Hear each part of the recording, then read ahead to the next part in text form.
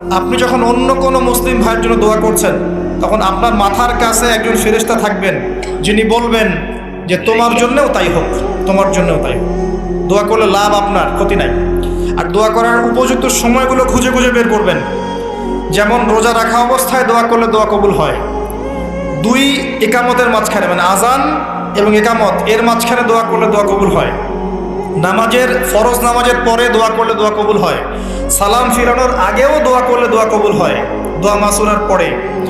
এরপরে সেজদারত অবস্থায় দোয়া করলে দোয়া বেশি কবুল হয়। শেষ রাতে দোয়া করলে দোয়া কবুল হয়। বৃষ্টি পড়ছে, এই সময় দোয়া করলে দোয়া কবুল হয়। একটু দান সদকা করেছেন, ভালো কাজ করেছেন, এখন হাত তুলে দোয়া করেন, দোয়া কবুল হয়। অজু করেছেন, এখন হাত তুলে দোয়া করেন, দোয়া কবুল হয়। অনেক জায়গা আছে দোয়া কবুলের, খুঁজে খুঁজে বের করে দোয়া কবুল। দোয়া চাইতে হবে কেন?